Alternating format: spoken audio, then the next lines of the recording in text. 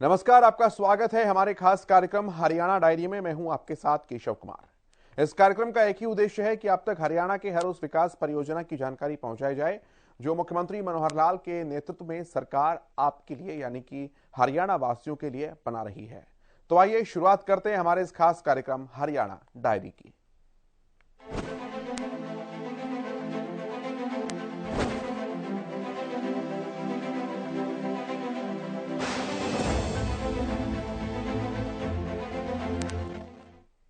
राजधानी दिल्ली में मुख्यमंत्री मनोहर लाल से साउथ कोरिया के एम्बेसडर चंग जोए बोक के नेतृत्व में एक प्रतिनिधिमंडल ने मुलाकात की। इस मुलाकात के दौरान आपसी सहयोग और व्यापार के साथ अन्य गतिविधियों पर चर्चा हुई। सीएम मनोहर लाल ने इस मुलाकात के बाद कई जानकारियां भी दी है। रिपोर्ट आप देखिए।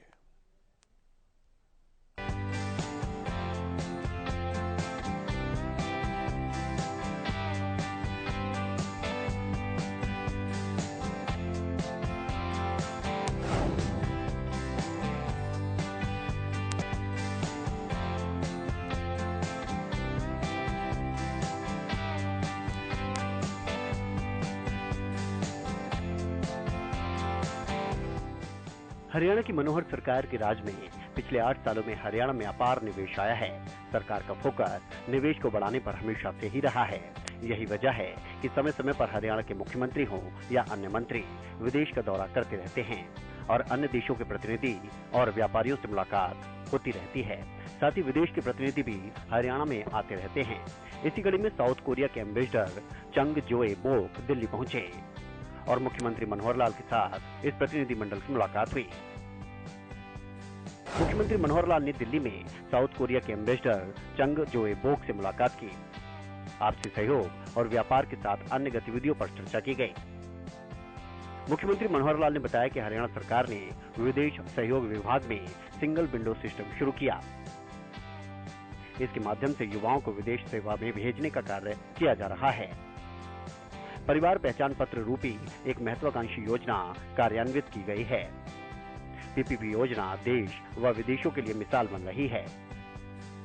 योजना के माध्यम से युवाओं को और अधिक अवसर उपलब्ध करवाना लक्ष्य रखा गया है। हरियाणा में ओवरसीज प्लेसमेंट सेल एवं हरियाणा एक्सपोर्ट प्लेसमेंट सेल का भी गठन किया गया है। युवाओं को बाहर भेजने के अलावा आपसी व्यापार को भी बढ़ावा दिया जा रहा है। मुख्यमंत्री ने कहा कि साउथ कोरिया का हजारों साल पुराना आत्मीयता का रिश्ता है और हमारी संस्कृति भी मिलती जुलती है। इसे हम आगे बढ़ाने का कार्य करेंगे। प्रतिनिधिमंडल में साउथ कोरिया के आर्थिक एवं वाणिज्य विभाग के सलाहकार यंग क्वांग सियोक, प्रथम राजनीतिक सचिव किम क्वांग वू, द्वितीय राजनीतिक सचिव यंग गू, मुख्यमंत्री के प्रधान सचिव डीएस डेसी, विदेश सहयोग विभाग के निदेशक अनंत कुमार पांडे, सलाहकार पवन चौधरी सहित कई अधिकारी मौजूद रहे।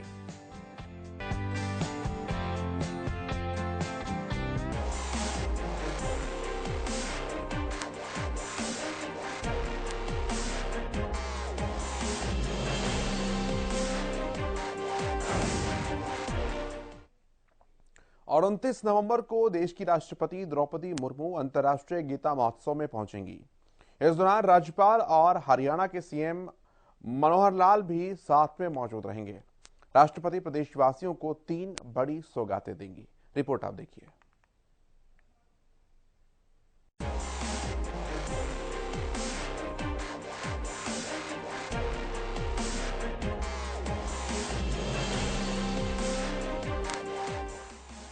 धर्मनगरी कुरुक्षेत्र इन दिनों गीतामयी नजर आ रही है। 19 दिसंबर से कुरुक्षेत्र में अंतर्राष्ट्रीय गीता महोत्सव 2022 का आगाज हुआ। देश विदेश से लाखों की संख्या में पर्यटक यहां पहुंच रहे हैं। आपको बता दें 29 नवंबर को राष्ट्रपति द्रौपदी मुर्मू भी कुरुक्षेत्र पहुंच रही हैं। मुख्यमंत्री मनोहर लाल भी इस दौरान मौजूद रहेंगे और इस दौरान प्रदेशवासियों को 3 बड़ी परियोजनाओं की सौगात मिलेगी। राष्ट्रपति और मुख्यमंत्री गीता पूजन और हवन यज्ञ करेंगे और अंतर्राष्ट्रीय गीता महोत्सव 2022 का विधिवत रूप से आगाज करेंगे। राष्ट्रपति मुख्यमंत्री स्वास्थ्य सर्वेक्षण योजना का भी आगाज करेंगे। इसके अलावा हरियाणा ई टिकटिंग प्रोजेक्ट का भी शिलान्यास करेंगे। साथ ही सिरसा जिले के मेडिकल कॉलेज का राष्ट्रपति द्रौपदी मुर्मू शिलान्यास करेंगे। इसके अलावा कुरुक्षेत्र विश्वविद्यालय में अंतर्राष्ट्रीय गीता सेमिनार का भी शुभारंभ राष्ट्रपति की तरफ से किया जाएगा। साथ ही सूचना जनसंपर्क एवं भाषा विभाग के राज्य स्तरीय हाईटेक प्रदर्शनी का अवलोकन भी राष्ट्रपति की तरफ से किया जाएगा। वहीं हरियाणा व मध्य प्रदेश पवेलियन गीता शिल्प मूर्ति उद्यान का उद्घाटन राष्ट्रपति द्रौपदी मुर्मू करेंगी। राष्ट्रपति राष्ट्रीय प्रौद्योगिकी संस्थान के 18वें दीक्षांत समारोह में भी शिरकत करेंगी। इन सभी कार्यक्रम स्थलों पर सुरक्षा व्यवस्था के पुख्ता इंतजाम किए जाएंगे। उपायुक्त शांतनु शर्मा ने 29 नवंबर के कार्यक्रम स्थलों पर सुरक्षा व्यवस्था का जायजा लेने के दौरान अधिकारियों को दिशा निर्देश दिए।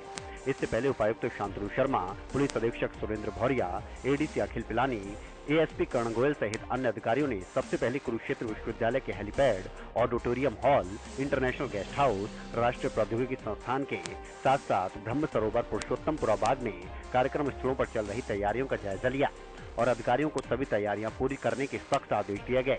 उपायुक्त ने कुरुक्षेत्र विश्वविद्यालय के कुलपति डॉक्टर सोमनाथ सचदेवा, कुल सचिव डॉक्टर संजीव शर्मा के साथ अंतर्राष्ट्रीय गीता सेमिनार के हर पहलू के बारे में चर्चा की और सभी तैयारियों को जल्द से जल्द पूरा करने के लिए कहा। इसके बाद उपायुक्त ने राष्ट्रीय प्रौद्योगिकी संस्थान के निदेशक डॉक्टर रमणा और अन्य अधिकारियों से दीक्षांत समारोह की सभी तैयारियों को लेकर समय रहते प्रबंध करने के बारे में चर्चा की।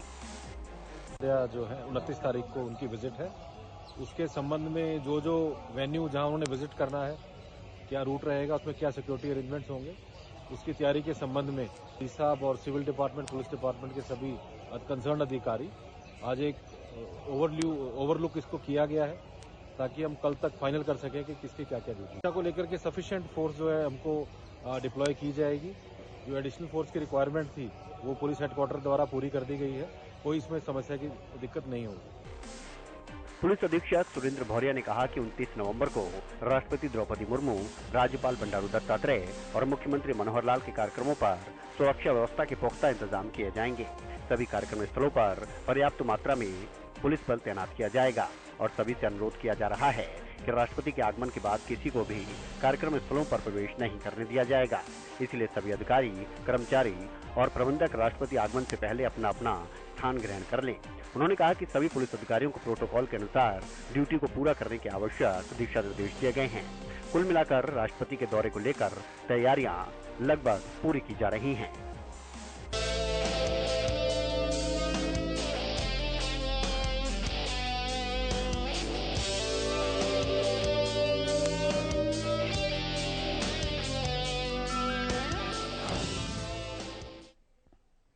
और हरियाणा में एचटेट परीक्षा 2022 के लिए हरियाणा विद्यालय शिक्षा बोर्ड ने एडमिट कार्ड्स जारी कर दिए हैं।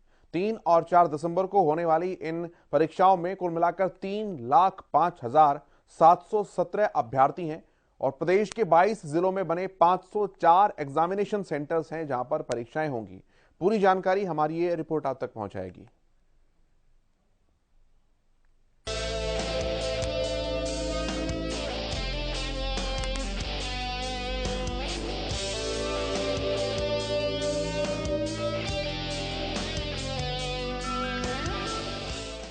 हरियाणा विद्यालय शिक्षा बोर्ड ने 3 और 4 दिसंबर को होने वाली हरियाणा अध्यापक पात्रता परीक्षा के लिए एडमिट कार्ड जारी कर दिए हैं।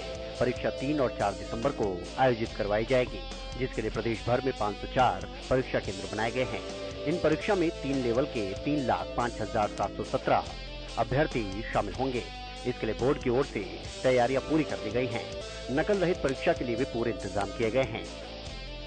रविवार को 10 से 12 बजे तक लेवल 2 की परीक्षा होगी और जिसमें 504 परीक्षा केंद्रों की स्थापना की गई है। उसमें 1,49,430 अभ्यर्थियों में से 1,07,040 महिलाएं कैंडिडेट्स होंगी, वह 42,387 पुरुष होंगे और 3 ट्रांसजेंडर होंगे। और उसी दिन सायंकालीन सत्र में 3 से 5 बजे तक लेवल 1 जिसे आप कहते हैं पीआरटी की परीक्षा होगी। उसमें 215 परीक्षा केंद्र होंगे और 60,794 कैंडिडेट जो हैं पार्टिसिपेशन करेंगे, जिसमें से 42,888 महिलाएं हैं और 17,904 पुरुष होंगे, वह 2 ट्रांसजेंडर शामिल हैं। इसके अंदर अभ्यर्थी जो जितने भी कैंडिडेट हैं उनको परीक्षा प्रारंभ होने से 2 घंटे और 10 मिनट पहले परीक्षा केंद्र पर पहुंचना उनका अनिवार्य है। सबसे पहले उनकी एडमिट कार्ड को देखते हुए उनको प्रवेश दिया जाएगा, फिर मेटल डिटेक्टर से उनकी तलाशी ली जाएगी, फिर उनका आयरिश बायोमेट्रिक होगा। इसके बाद एक बात मैं विशेष तौर पर बताना चाहूँगा कि किसी भी अवस्था में केंद्र या विषय परिवर्तन की कोई अनुमति नहीं होगी। सभी कैंडिडेट्स इस बात का ख्याल रखेंगे कि वो अपना एडमिट कार्ड और केंद्र कॉपी, सेंटर कॉपी व दूसरी कैंडिडेट कॉपी रंगीन फोटो के साथ लेकर आना उनका आवश्यक होगा। एस्टेट परीक्षा के लिए सभी परीक्षार्थियों को उनके होम डिस्ट्रिक्ट अलॉट किए गए हैं। परीक्षार्थी अपना एडमिट कार्ड बोर्ड की वेबसाइट www.bseh.org.in से डाउनलोड कर सकते हैं। एस्टेट की ये परीक्षा 3 और 4 दिसंबर को होने जा रही है और 2 पालियों में इन परीक्षाओं का आयोजन करवाया जा रहा है। कुल मिलाकर 3,05,717 परीक्षार्थी इस परीक्षा में शामिल होंगे। इनमें 2,18,033 महिला अभ्यर्थी तो 87,678 पुरुष अभ्यर्थी होंगे। प्रदेश भर में इस परीक्षा के लिए 504 केंद्र बनाए गए हैं और 172 उड़नदस्तों की निगरानी में ये परीक्षा होगी। टीजीटी लेवल 3 की परीक्षा 3 दिसंबर को शाम 3 बजे से 5:30 बजे तक होगी। टीजीटी लेवल 2 की परीक्षा 4 दिसंबर को सुबह 10 बजे से 12:30 बजे तक होगी और पीआईटी लेवल 1 की परीक्षा शाम 3 बजे से 5:30 बजे तक आयोजित होगी। उनको या लिखने में असमर्थ हैं ऐसे कैंडिडेट को 20 मिनट प्रति घंटा के हिसाब से एक्स्ट्रा टाइम दिया जाएगा। यानी अगर 2.5 घंटे की परीक्षा है तो 50 मिनट उनको एक्स्ट्रा दिए जाएंगे। अगर मान लीजिए किसी कैंडिडेट का एक्सीडेंट हो गया है और उसे लेखक की आवश्यकता है तो उसकी भी अप्रूवल बोर्ड से ही लेनी होगी। परीक्षा के दौरान जो महिला कैंडिडेट्स हैं उनको मंगलसूत्र पहनने की, बिंदी व सिंदूर लगाने की छूट होगी। सिख अभ्यर्थी जो हैं उनको धार्मिक आस्था के चिन्ह ले जाने की अनुमति होगी। अभ्यर्थियों को अंगूठी, चैन, बालियां, हार, लटकन, नाक की पिन, ब्रॉच इत्यादि जैसे सभी गहने, किसी भी धातु की वस्तु, कोई इलेक्ट्रॉनिक उपकरण जैसे mobile phone, pager, Bluetooth, earphone, calculator, घड़ी, purse, log table, health band, plastic pouch, रिक्त या मुद्रित कागज या लिखित चिट इत्यादि लेकर जाने की अनुमति नहीं होगी। वस्तु को परीक्षा केंद्र पर रखने की भी कोई व्यवस्था नहीं होगी। इसलिए जितने भी कैंडिडेट हैं उस बात का ध्यान रखें कि वो अपनी वस्तु अगर लेकर जाते हैं तो वे स्वयं उसका इंतज़ाम करेंगे। अब जितने भी परीक्षा केंद्र हैं उन पर कैमरामैन, जैमर, बायोमेट्रिक, फ्रिस्किंग व सीसीटीवी जो जितने भी प्रतिनिधि हैं उनको सबको बोर्ड द्वारा पहचान पत्र जारी किए हैं। सभी जितने भी लोग केंद्र के अंदर होंगे सबके लिए पहचान पत्र अनिवार्य है। बायोमेट्रिक डाटा कैप्चरिंग के माध्यम से अभ्यर्थियों की बाईं आंख की स्क्रीनिंग की जाएगी। लेफ्ट आई की स्क्रीनिंग होगी। जिसकी लेफ्ट आई खराब है उसकी राइट आई की स्क्रीनिंग होगी। और जो विजुअली ब्लाइंड है, ना उनकी राइट और ना लेफ्ट, दोनों आंखें नहीं है, उनका लेफ्ट थंब का इम्प्रेशन जो है वो लिया जाए। कि 1500 ऐसे कैंडिडेट्स हैं जिनके प्रवेश पत्र या एडमिट कार्ड रोक लिए गए हैं क्योंकि जिनकी हस्ताक्षर व अंगूठे के निशान, फोटो इत्यादि स्पष्ट नहीं है। ऐसे अभ्यर्थी जितने भी कैंडिडेट्स हैं इनकी त्रुटि के लिए 29 नवंबर सायं 5 बजे तक ऑनलाइन निवारण कर सकते हैं। शुद्धि उपरांत ये प्रवेश पत्र ऑटोमेटिकली डाउनलोड हो जाएंगे। आपको बता दें, एस्टेट परीक्षा के पारदर्शी आयोजन को लेकर 172 उड़नदस्तों का गठन किया गया है। साथ ही परीक्षा केंद्रों के पास धारा 144 लगाई गई है। सभी परीक्षा केंद्रों में सीसीटीवी के जरिए बोर्ड मुख्यालय पर हाईटेक तरीके से मॉनिटरिंग के लिए 44 LCD स्क्रीन लगाई गई हैं। किसी भी प्रकार की अनियमितता या पेपर लीक जैसी घटनाओं की जानकारी के लिए व्हाट्सएप नंबर 8816840349 पर सूचना दी जा सकती है। हमारे बोर्ड का यहाँ जो पूरा कंट्रोल रूम है, ये मानिए 44 के करीब या 46 के करीब LED स्क्रीन लगाए गए हैं और हर एक के ऊपर प्रत्येक डिस्ट्रिक्ट के अंदर 2-2, 3-3 लोग यहाँ पर हमने लगाए हैं। वो एक एक सेंटर को लगातार उनकी स्क्रीनिंग कर रहे हैं और परीक्षा के बाद भी पूरे सभी सेंटर्स की पूरी रिकॉर्डिंग जो है एक बार चेक की जाएगी। अगर किसी तरह की भी कोई अनियमितता पाई तो उसके दौरान केस UMC का ऑनलाइन भी दर्ज किया जाएगा, बाद में भी दर्ज कर सकते हैं। एक सर परीक्षा केंद्र कोविड का, लेकिन अगर अभ्यर्थी चाहे तो वो अपना प्रिवेंशन में अगर कोई करता है, हाँ, लेकिन मास्क का इस बार हमने नहीं रखा। इंस्ट्रक्शंस जो भी हैं कैंडिडेट अपना पढ़ें और जो भी इंस्ट्रक्शंस दिए हैं एडमिट कार्ड में उनकी अनुपालना करें। हाँ, ये एक बात इस बार जो नया इंसर्शन हमने किया है कि आप ऑनलाइन कैमरा की निगरानी में रहेंगे और ऑनलाइन केस बना दिया जाएगा।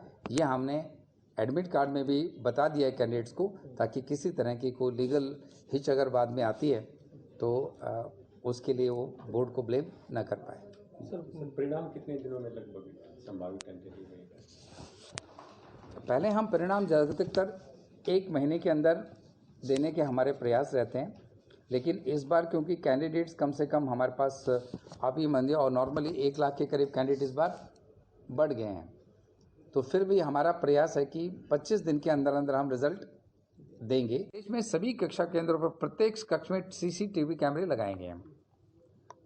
मैं आपको सभी कैंडिडेट्स को मीडिया के माध्यम से बताना चाहूँगा कि जो hi-tech control room CCTV camera से हमने यहाँ एस्टेब्लिश किया है, उसमें सारे के सारे एग्जामिनेशन सेंटर्स एक एक कमरा ऑनलाइन हमारी निगरानी में रहेगा और कोई भी कैंडिडेट किसी तरह की नियमों की अवहेलना करेगा उसका UMC केस दर्ज किया जाएगा।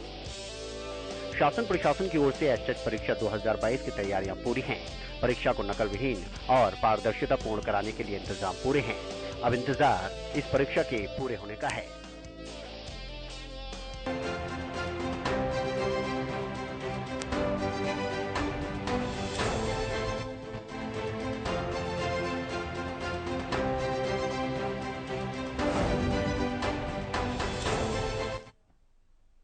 और केंद्रीय वित्त मंत्री निर्मला सीतारमण की अध्यक्षता में देश के सभी राज्यों के वित्त मंत्रियों और केंद्र शासित प्रदेशों के प्रमुखों के साथ दिल्ली में प्री बजट बैठक हुई है। इसमें हरियाणा के मुख्यमंत्री मनोहर लाल भी मौजूद रहे। रिपोर्ट आप देखिए।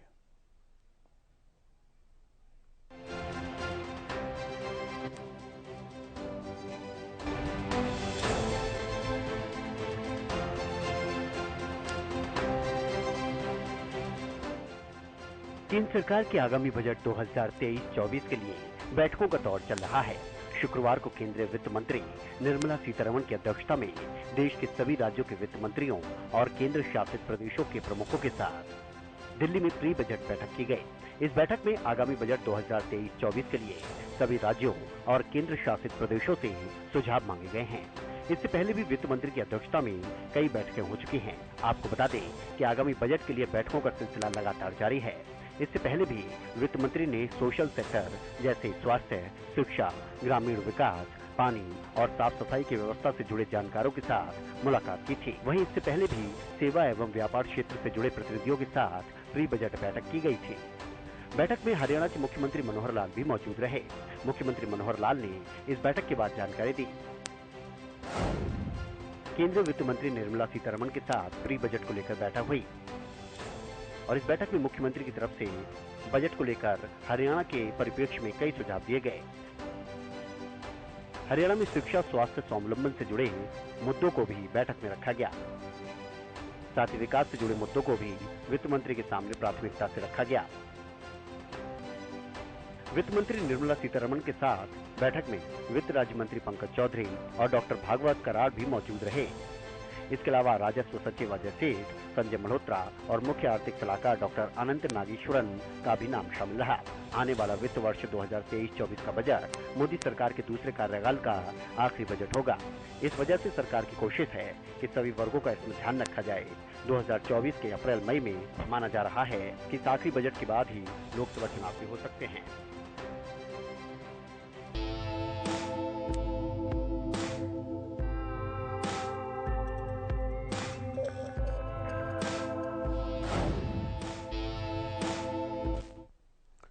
और 29 नवंबर को राष्ट्रपति द्रौपदी मुर्मू अंतर्राष्ट्रीय गीता महोत्सव में पहुंचने जा रही हैं। लेकिन आपको बताएं, हरियाणा की अगर बात करें तो लगातार मनोहर सरकार के नेतृत्व में काफी सारी योजनाएं परियोजनाएं बनाई जा रही हैं। और अब हम आपको बताते हैं कि आगे किस तरह की योजनाएं परियोजनाओं को लेकर जो है हरियाणा सरकार अगर शिक्षा के नजरिए से देखे, स्वास्थ्य के नजरिए से देखे तो क्या कर रही है। बात स्कूलों की कर लेते हैं। हरियाणा के स्कूलों में बच्चे अब खेल खेल में डिवाइस के माध्यम से पढ़ पाएंगे। ये डिवाइस अगर बात करें तो बच्चों को पढ़ाई में काफी मददगार साबित होगी। ये डिवाइस बच्चों को पढ़ाई से इस तरह जोड़ देगा कि वो अपना ज्ञान और भी ज्यादा मजबूत कर सकते हैं। डिवाइस का नाम रखा गया है अंकनाद। अंकनाद बच्चों को पहाड़े, गिनती और देशभक्ति के गाने भी सिखाएगा। रिपोर्ट आप देखिए।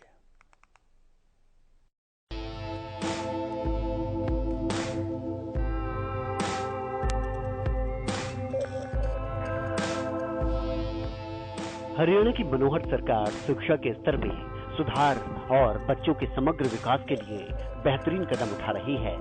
जहां एक तरफ नई शिक्षा नीति को 2025 तक लागू करने के लक्ष्य के साथ काम किया जा रहा है, तो वहीं शिक्षा में नए नए प्रयोग कर बच्चों के लिए आसान भाषा में ज्ञान दिया जा रहा है।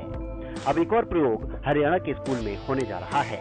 हरियाणा के स्कूलों में बच्चे अब खेल खेल में डिवाइस के माध्यम से पढ़ेंगे। ये डिवाइस बच्चों को पढ़ाई में इस तरह से जोड़ देगा कि वो अपना ज्ञान और अधिक मजबूत कर सकेंगे। डिवाइस का नाम अंकनाद है। अंकनाद बच्चों को पहाड़े, गिनती, देशभक्ति के गाने सिखाएगा। शुरुआत में हरियाणा के मॉडल संस्कृति स्कूलों में इसकी शुरुआत की गई है। प्रयोग सफल होने के बाद यह अन्य सरकारी स्कूलों में भी भेजा जाएगा। भिवानी के जिला मौलिक शिक्षा अधिकारी नरेश मेहता ने बताया कि सरकार ने मॉडल संस्कृति स्कूलों में यह डिवाइस भेजी है। इस डिवाइस का नाम अंकनाद दिया गया है। ये बच्चों को कक्षा के अनुसार पहाड़े, गिनती व गीत सिखाएगी। उन्होंने बताया कि इसे देने की शुरुआत कर दी गई है। अब जल्द ही बचे हुए स्कूलों में भी दी जाएगी। ऐसा है कि हमारे जिले में 68 राजकीय मॉडल प्राथमिक विद्यालय हैं, जिनके लिए हमने अंकनाद मशीनों का वितरण करना है। आज जिले के 22 विद्यालयों में अंकनाद मशीन जो है वो वितरित की जा रही है और बाकियों के लिए भी जो है आने वाले दिनों में हम उनको वितरित कर देंगे। इसमें मशीन में जो है एक ऑडियो के द्वारा बच्चों को गिनती कक्षा अनुसार भाई गिनती रहेगी। पहली क्लास में बच्चों को 1 से 100 तक की गिनती है, दूसरी क्लास में 1 से 10 तक के पहाड़े हैं, तीसरी क्लास में 11 से 21-20 तक के पहाड़े हैं। उसके आगे करते करते जो है ये पहाड़े 100 तक से लेंगे और साथ ही ये जो है आधा, पौना, पौवा इसकी भी अलग से जो है पहाड़े हैं। तो ये थोड़ा सा गणित को महत्व बताने के लिए और बच्चों को व्यवहारिक ज्ञान देने के लिए जो है ये मशीनें वितरित की जा रही हैं, ताकि बच्चा बोलचाल में और एक ऑडियो के माध्यम से पूरी क्लास जो है उसको सुने, उसके पीछे दोहराए, ताकि वो और बच्चा जो है उसको सीख पाएगा। देखिए, जो चीज़ अच्छी है वो चाहे नई हो चाहे पुरानी हो। अब जो बच्चा हमें महसूस हुआ या समाज को भी ये लगा कि पुरानी चीज़ों में वास्तव में कुछ था या गुण थे और बच्चों का व्यवहारिक ज्ञान कम हुआ किसी भी वजह से, उसको अगर दोबारा से दिया जा रहा है तो ये बहुत अच्छी बात है। अभी तो ये प्रथम चरण है। प्रथम चरण के अंदर जो है जो हमारे राजकीय प्राथमिक मॉडल विद्यालय हैं उनको हम दे रहे हैं और इसके रिजल्ट्स के उपरांत जो है विभाग हो सकता है कि सभी विद्यालयों में भी ये मशीनें उपलब्ध करा दे। तो ये सारी चीज़ें आजकल पायलट के तौर पर चल रही हैं। जैसे रिजल्ट्स होंगे उस हिसाब से उसका इम्प्लीमेंटेशन होगा। हरियाणा के प्राइमरी मॉडल संस्कृत स्कूल में अंकनाद डिवाइस बच्चों को मुश्किल से मुश्किल पहाड़े आसानी से सिखा रही है। बच्चे आसानी से इसे सीख भी रहे हैं। पुराने समय में भी बच्चों को खेल खेल में सिखाया जाता था। बच्चों को अब मनोरंजन के तरीके से जोड़कर शिक्षा दी जा रही है। वहीं गांव सुई के राजकीय वरिष्ठ माध्यमिक विद्यालय के प्राचार्य प्रवीण ठकराल ने बताया कि उनके स्कूल में ये अंकनाद डिवाइस आई है। ये डिवाइस बच्चों को खेल खेल में पढ़ाई करवा रही है। बच्चे इससे अच्छी तरह से सीख रहे हैं। सरकार की ये पहल अच्छी है। सरकार की ये बहुत अच्छी पहल है कि सभी प्राइमरी मॉडल स्कूलों में ये अंकनाद डिवाइस दिया है। ये एक बहुत अच्छा लर्निंग टूल है। इससे बच्चे 1 से 100 तक के पहाड़े सीख सकते हैं। इसके अलावा वर्ग है या 2.5 का पहाड़ा है या आधे का पहाड़ा है, ये सब इसमें है। बच्चों का बेस बहुत स्ट्रॉन्ग होता है। पहाड़े अगर आ जाते हैं तो आगे का जो गणित है वो आसान लगता है उनको। तो ये पहले समय भी हमारे जो गुरुजी होते थे वो म्यूजिक की सहायता से पढ़ाते थे बच्चों को। स्कूली बच्चों के लिए अंकनाद एक मील का पत्थर साबित होगा। इससे बच्चों की पढ़ाई तो रोचक बनेगी, साथ ही बच्चे खेल खेल में गणित की मुश्किल चीजों को भी आसान कर सकेंगे।